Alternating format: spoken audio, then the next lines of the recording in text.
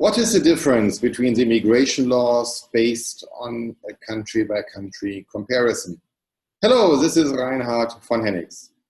Yesterday was day one of our annual Bridge Alliance meeting, and we had a great Global Wealth Protection Summit with presenters from China, from the Kingdom of Saudi Arabia, from Europe, from Germany, from the United States, and from Canada, talking about global trends.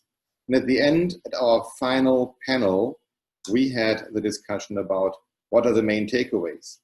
And interesting enough, we ended up in a discussion that the immigration laws are different from country to country, and that it depends on whether or not this country is a traditional immigrant country or a traditional country where people leave in order to go to another country. Europe is a country, or Europe is a territory, where people exit the region in order to enter, for example, the United States and Canada. And in comparing the rules for a golden visa versus an EB-5 versus the program in Canada, we realized that it is really different based on the country's perception of immigration.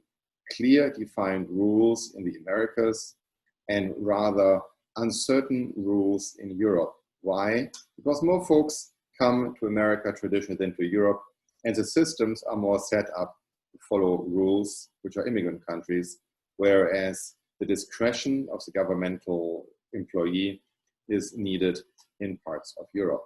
An interesting takeaway.